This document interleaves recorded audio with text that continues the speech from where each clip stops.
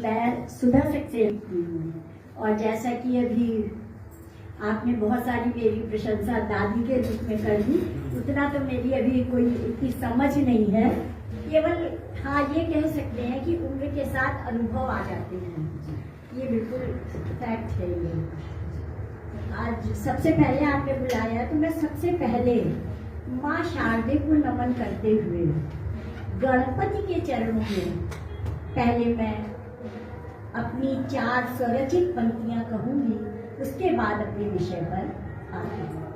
तो गणपति के चरणों में समर्पित है मेरी ये पंक्तियां। महामोद के रूप महामहिमा में गणपति तेजोमय स्वरूप नमन है, तेजोमय स्वरूप। मंगलाचरण सुख करण विघ्नहरण शुभ स्थान, गणपति शिव सकुन है, स्वस्ति शांति निधान नमन है, स्वस्ति शांति निधान। द्रौपदी को लिया है। द्रौपदी को मैंने इसलिए चुना कि द्रौपदी को 5 पति के रूप में तो बहुत लोग जानते हैं, लेकिन एक नजरिया जो कि उसको द्रौपदी को क्यों इतना क्रोध आया, वो क्यों इतना बेहमल रहती थी, उसको जो है महाभारत में केवल एक पैराग्राफ में बता दिया गया। उसके बाद हमारे विद्वानों ने, हमारे लेखकों ने, जिन्होंने चिंतन करा, उन्होंने उस विषय को वैसे ही छोड़ दिया। तो जैसा अभी आपने कहा, तो सबका अपना अपना दृष्टिकोण होता है। और मैं तब से अभी भी देखती हूँ कि समाज में लड़कियों के प्रति क्या भावना होती है, तो मैंने उसी दृष्टिकोण को लिया है। तो उसको लेते हुए मैं एक आपको पहले थोड़ा सा, आप सबको पता होगा, मेमोरी रिकॉल करा दूं, क्योंकि बिना कथा को जाने वो कविता में मजा नहीं आएगा। मेरी रचना का नाम है हाँ याज्ञसेनी हूँ मैं, यज्ञ से द्रौपदी पैदा हुई थी। तो मेरी रचना का शीर्षक है, लेकिन उसके पहले मैं थोड़ी कथा बताना चाहती हूँ। ये दोनों बचपन के भारद्वाज आश्रम में एक साथ शिक्षा ग्रहण करते थे और बचपन के मित्र थे दोनों। राजा द्रुपद क्षत्रिय थे और जो द्रोणाचार्य थे वो ब्राह्मण थे। तो उन्होंने द्रुपद ने कहा कि जब मैं राजा बनूंगा तो तुम्हें आधा राज्य दूंगा। खैर पढ़ लिख के दोनों बड़े हुए। जब राजा हुए द्रुपद, तो द्रोणाचार्य ने उनसे कहा कि तुमने ऐसा ऐसा कहा था। तो राजा द्रुपद ने अपमानित करके उनको निकाल दिया, कहा कि नहीं मैंने ऐसा कुछ नहीं कहा था और तुम जाओ। और वो बहुत गरीब और स्थिति ये हो गई थी कि उनको अपने बच्चे को दूध पिलाने के लिए भी, मतलब कुछ भी उनके घर में नहीं था, कुछ भी नहीं था। खैर वो चले आए। उसके बाद उन्होंने जब कौरवों और पांडवों को शिक्षा दी और जब अर्जुन तैयार हुआ, तो अर्जुन ने पूछा कि मैं गुरु दक्षिणा में आपको क्या दूं? तो उन्होंने कहा कि राजा द्रुपद ने मेरा अपमान करा था ऐसे ऐसे, तो मुझे उस अपमान का बदला चाहिए और मुझे आधा राज्य चाहिए। तो द्रोणाचार्य जो है वो अर्जुन को लेके गए, युद्ध करा और आधा राज्य लिया।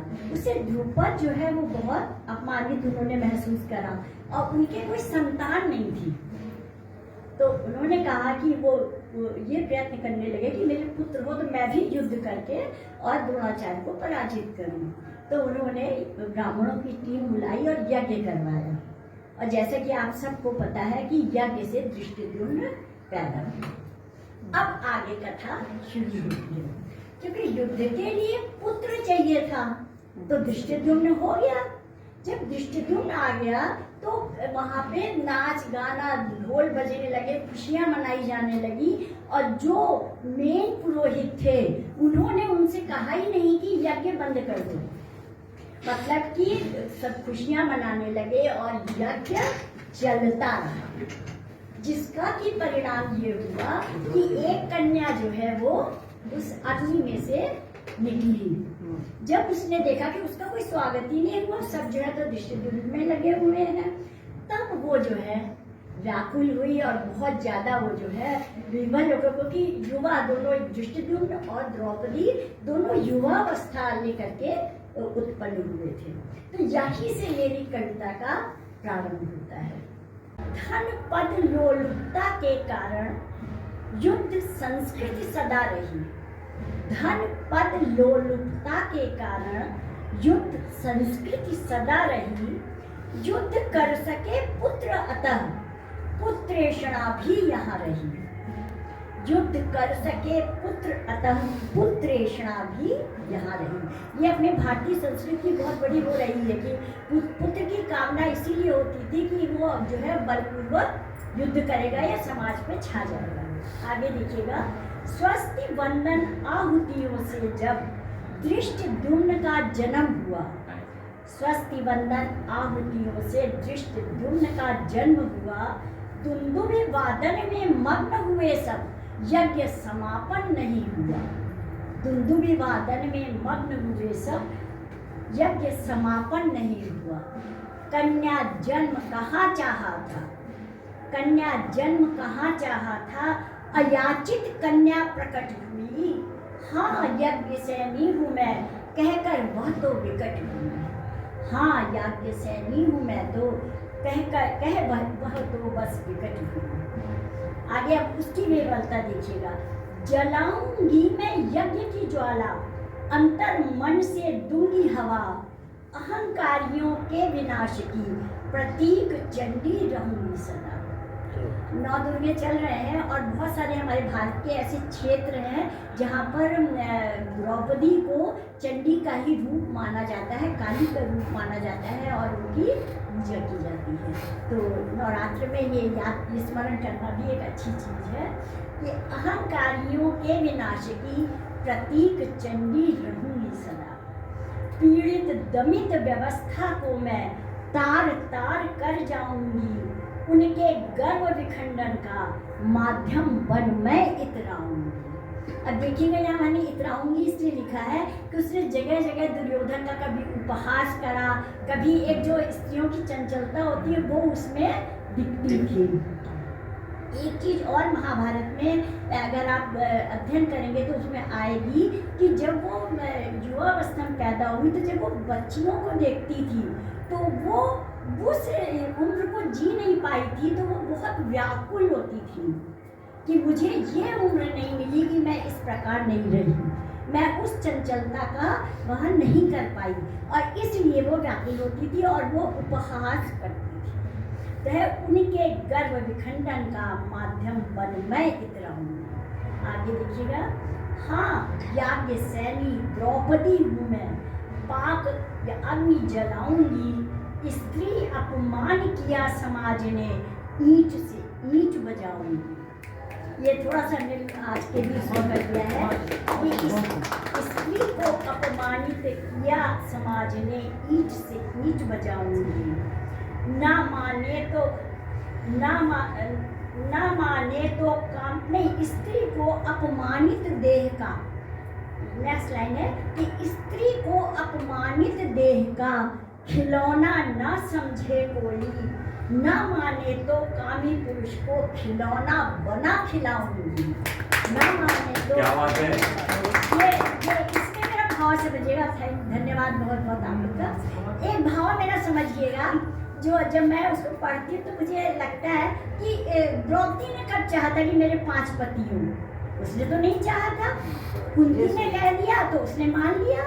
और सबसे बड़ी बात समाज की एक गलती देखिएगा कि उसने स्वीकार कर लिया और फिर वो 5 पति उसकी रक्षा नहीं कर पा रहे हैं। पता चला नंदोई और ये और वो सब उस पर गलत नजर डाल रहे हैं।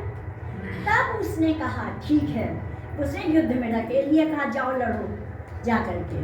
ये मेरी एक भावना है, इसलिए मैंने कहा था कि पुरुष वर्ग माफ करेगा इस बात को कि आप इस बात को कभी सोचिएगा कि स्त्री की गलती नहीं, और उसने जो है, और ये भाव मेरे मन में इसलिए आया कि जब महाभारत समाप्त होता है तो द्रौपदी श्री कृष्ण से कहती है कि मैंने तो ऐसा नहीं सोचा था सखा।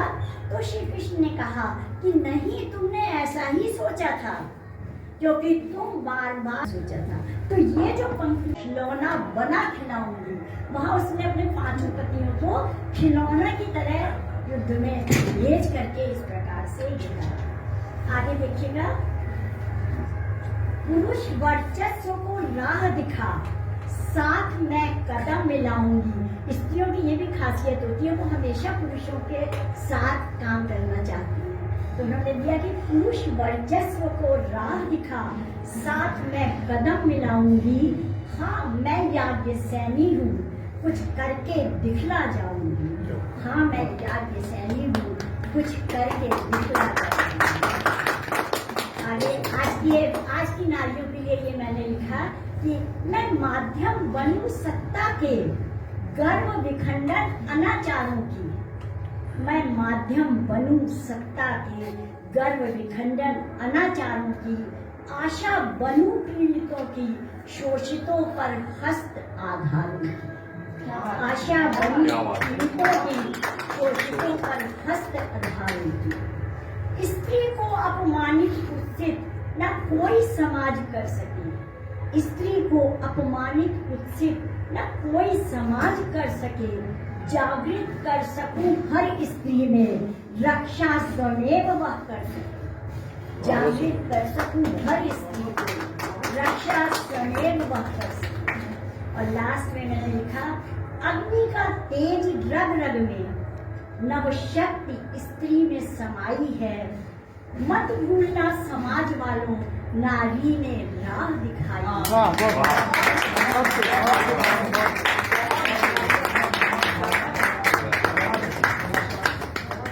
धन्यवाद आप सब लोग के।